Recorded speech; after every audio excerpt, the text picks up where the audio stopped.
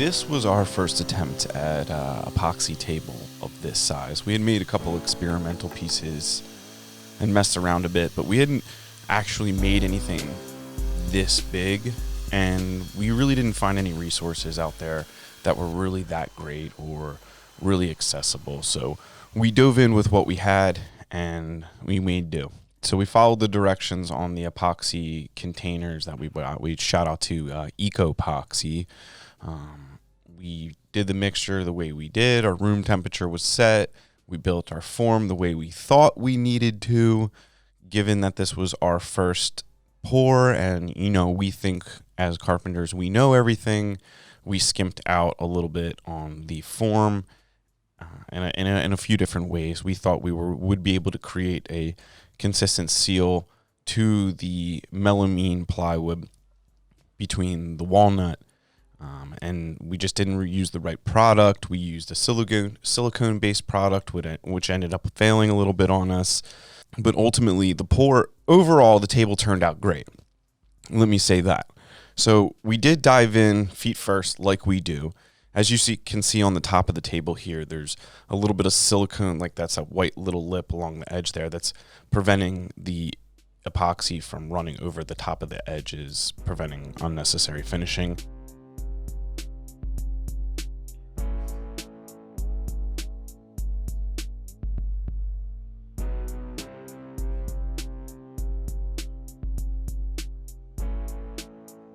Poured the Epoxy, we mixed it up into a couple different 3.5 gallon pails.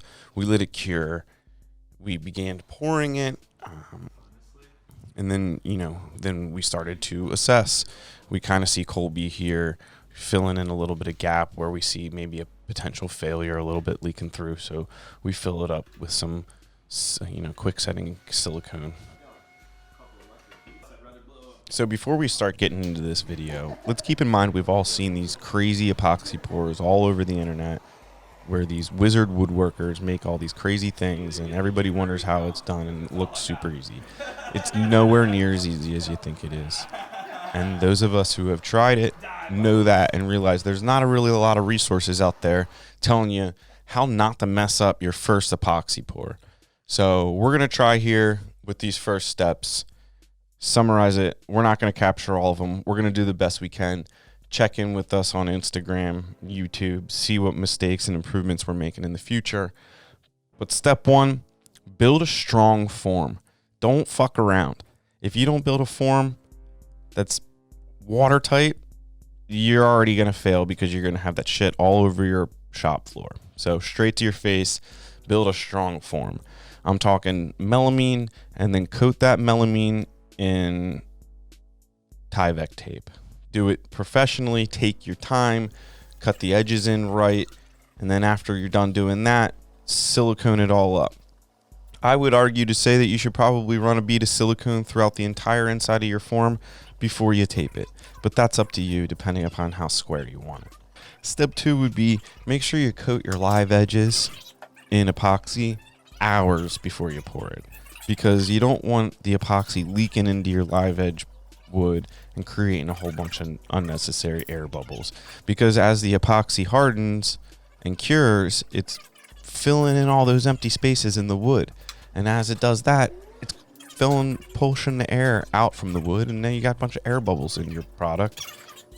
And you got to figure that all out on the fly. So coat your edges, do yourself a favor. I would also say make sure that your live edge is clamped down to, this is step 3. Clamp your product down to the form. Don't play around. Don't think the glue or the sealant or whatever you're using is going to hold it down, because it's not.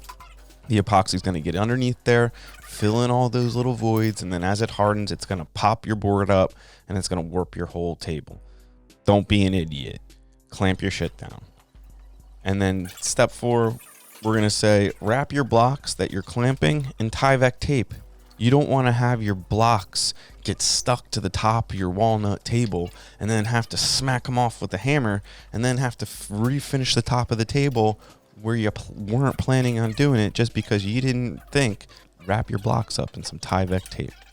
Or use silicone blocks. They sell that stuff online if you want to spend that kind of money.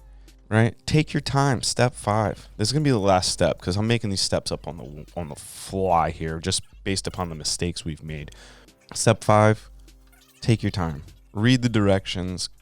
Try and find resources. It's difficult. We're going to try and put some stuff together for you, our mistakes, and hopefully you learn from our mistakes. We're not professionals. We still have no idea what we're doing, but we are making a lot of mistakes and learning from them, so we'll be happy to share. And then I guess we'll throw in another bullshit step. Step 6, have fun. This isn't going to be too serious of a video, but you are going to learn a thing or two about what you don't want to do. So have fun. Steps 1 through 6 of epoxy, not mess up your table.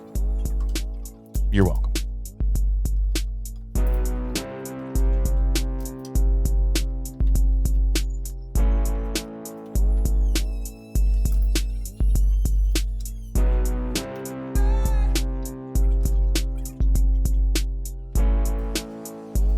So if you let the epoxy itself sit in front of a heating element before you mix it up and get it up to the proper temperature, you don't actually need to use the torch. All that stuff you see on the internet is complete bullshit. It's just for show, or they don't know what they're talking about.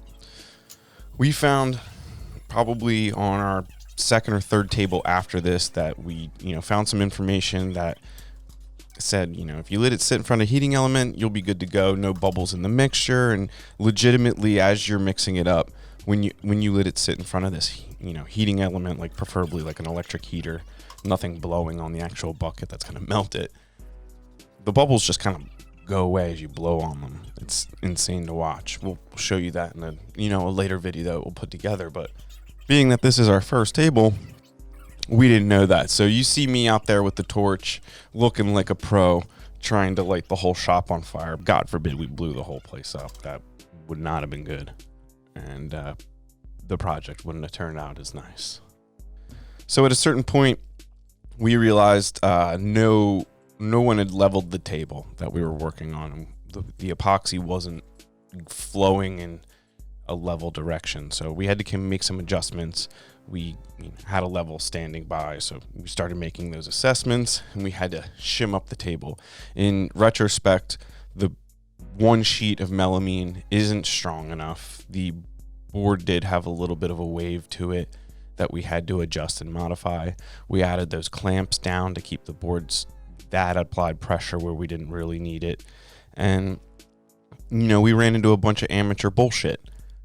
Being completely honest, you gotta be honest about your mistakes. Everybody out there showing all these championship epoxy pours, and then I think a lot of guys get into it and hit obstacles or run into the bullshit that we ran into, and then get discouraged and then just quit.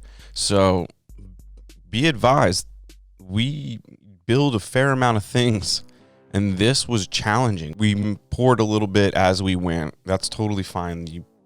Epoxy has a workable time that you can continue to pour within as you make adjustments or add different pigments and do cool artistic stuff. We used a black onyx pigment with a little bit of pearlescent in it, so we didn't do anything crazy here. So our mixture was pretty consistent.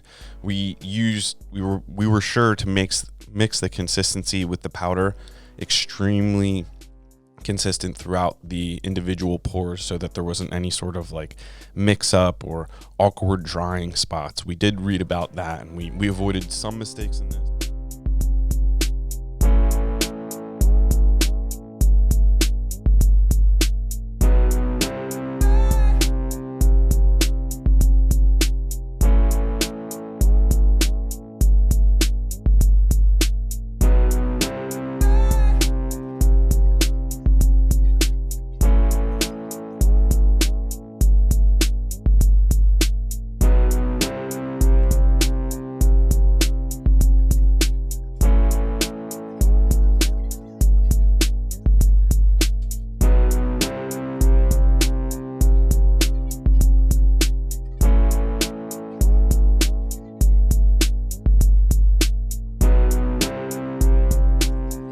Right, so we had just 2 metal sawhorses, a couple of 2x4s laying flat on the flat.